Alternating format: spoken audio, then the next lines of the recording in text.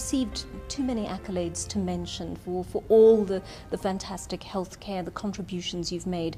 What would you list as your greatest achievements, perhaps through this organisation? Well, I mean, the Institute was started as 5 people and now it's nearly 600. It's predominantly women, it's predominantly African. We're building master students, PhD students. We've got a world-class research agenda. I was in the Northwest this week in really rural clinics, looking at the RHI team in those rural clinics, working with the Department of Health. And, you know, good news stories. Those clinics are working really well. That's a partnership. But I'm blown away, if I was to say what it was by the quality of the people and the commitment of the people who we've managed to employ, and by the things that they are doing independently, and often, you know, very much, you know, I don't necessarily know the detail at all, but at each level of this institute, I'm really impressed in so many different areas by what people are achieving and the commitment to the South African community. Now, in and amongst all of this, Prof, you've also been a dedicated wife and mother. What's it like being married to a man who's clearly still so enamoured of you after all these years? Well, I'm going to laugh, and I'm just going to hope he's listening to you say that.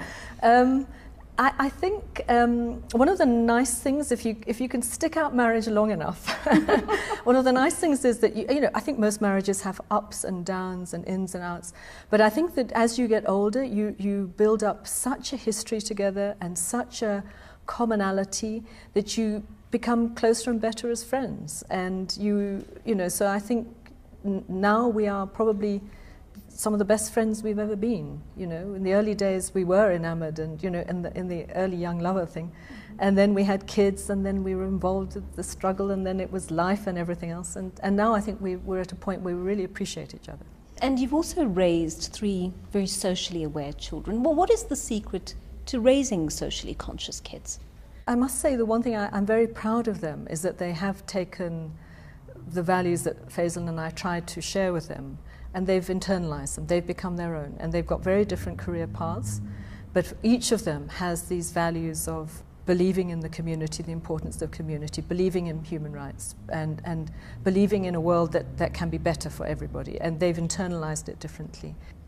I think it was partly because Fazel and I lived that framework, but also they were drowned in friends and family who also lived within that framework. I mean, my poor children, if you look at the early pictures of them, they're either at rallies or they're at meetings, or, you know, they came with us. Their pastime very often was to come to a meeting, a political meeting, and to hang around and listen and play at the back. You know, on a more serious note, I think it is quite important that if you are parents, that you actually do consider what your values are, and that you do make an effort, not only in what you say to your children, but also in the way that you live your lives, so they can see that those values do have meaning. As I say, I think if I had one proud achievement, it's that these 3 young people have internalized that and have got very interesting and good careers of their own that have taken all of that into account. Do you ever get an opportunity to pull yourself out of this rat race that you're involved in and just do something to regain your sanity? I think I do that quite a lot, and I think a lot of that is about hanging out with friends and family. There's a lot of that, and there's a lot of silly socializing things. We've had long walks with lots of friends and family recently. These, you know, the 702 walk, and we did a Madiba house to Madiba house walk, and, you know, I think so I think part of that pulling out for me is definitely about socializing and friendships and the love of those friendships and family. Yeah.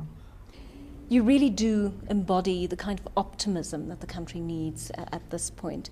What do you say to the naysayers who look at our country, and particularly perhaps the health sector of our country, and say that this is such a mammoth task, it can't really be done? You know, I think in life, when things are tough, you can either throw your hands up and say, this is too tough for me and I'm turning the other way, or you throw your hands up and you say, this is a challenge and I'm here for the journey. And if you say it's a challenge and I'm here for the journey, you will see the good things, and there are many good things. I'm not denying that there are enormous challenges. But then I think instead of trying to block out those challenges, I think what you have to do is face them and say, there is a challenge. And you also mustn't be shy in speaking out when you have to speak out. You know, even if these are old comrades and colleagues and people that you work with, if things are not going right, you also have to be brave and state that that's what the case is. But what I would say is, you know, we have got the fabric of the health sector. We've got extremely good policies. We have pockets where things are going actually extremely well. We've got a lot of extraordinary people working in this health sector. What we need to do is actually put our shoulders to the wheel and push that. I think it's a fantastic country. I think people really underestimate, and I travel a lot, what an extraordinary country this is, what a lot of optimism. What a wonderful place to bring up children. We've got enormous challenges. We must tackle those challenges together.